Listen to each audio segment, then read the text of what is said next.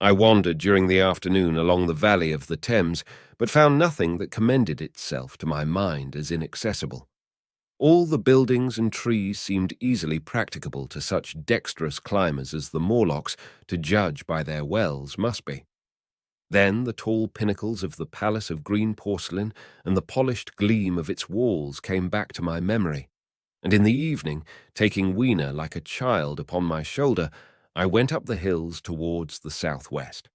The distance, I had reckoned, was 7 or 8 miles, but it must have been nearer 18. I had first seen the place on a moist afternoon when distances are deceptively diminished. In addition, the heel of one of my shoes was loose, and a nail was working through the sole. They were comfortable old shoes I wore about indoors, so that I was lame. And it was already long past sunset when I came in sight of the palace, silhouetted black against the pale yellow of the sky. Weena had been hugely delighted when I began to carry her, but after a while she desired me to let her down, and ran along by the side of me, occasionally darting off on either hand to pick flowers to stick in my pockets. My pockets had always puzzled Weena, but at the last she had concluded that they were an eccentric kind of vases for floral decoration. At least she utilized them for that purpose. And that reminds me. In changing my jacket, I found— The time-traveller paused, put his hand into his pocket, and silently placed 2 withered flowers, not unlike very large white mallows, upon the little table. Then he resumed his narrative.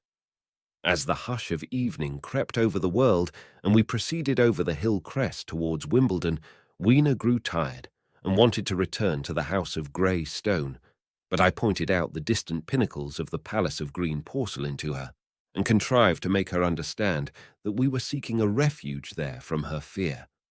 You know that great pause that comes upon things before the dusk. Even the breeze stops in the trees. To me there is always an air of expectation about that evening stillness. The sky was clear, remote, and empty, save for a few horizontal bars far down in the sunset. Well, that night the expectation took the colour of my fears. In that darkling calm, my senses seemed preternaturally sharpened. I fancied I could even feel the hollowness of the ground beneath my feet, could, indeed, almost see through it the Morlocks on their ant-hill going hither and thither and waiting for the dark. In my excitement, I fancied that they would receive my invasion of their burrows as a declaration of war. And why had they taken my time machine?